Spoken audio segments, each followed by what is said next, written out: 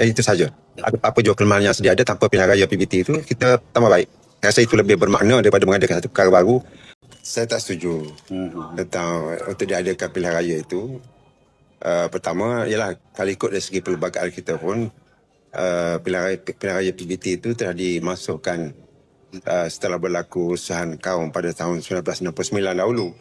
Dan selepas itu kita tahu bahawa ada negeri yang telah menggubah nikmat mereka untuk mengadakan pilihan raya PBT, tetapi ianya bercanggah dengan perlembagaan persekutuan. Jadi dengan kedudukan perlembagaan yang sedia ada ni memang tidak boleh dibuatlah.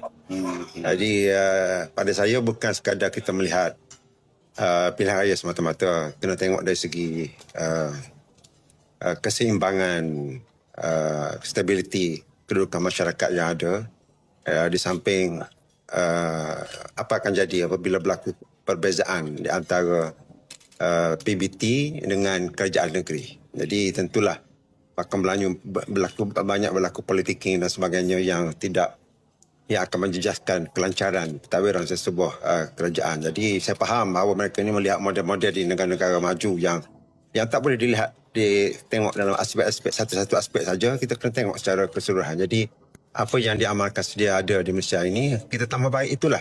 Itu saja. Apa jua kelemahan yang sedia ada tanpa pilihan raya PBT itu, kita tambah baik. Saya rasa itu lebih bermakna daripada mengadakan satu perkara baru yang akan memberi kesan kestabilan yang tidak mendatangkan kebaikan kepada sesiapa.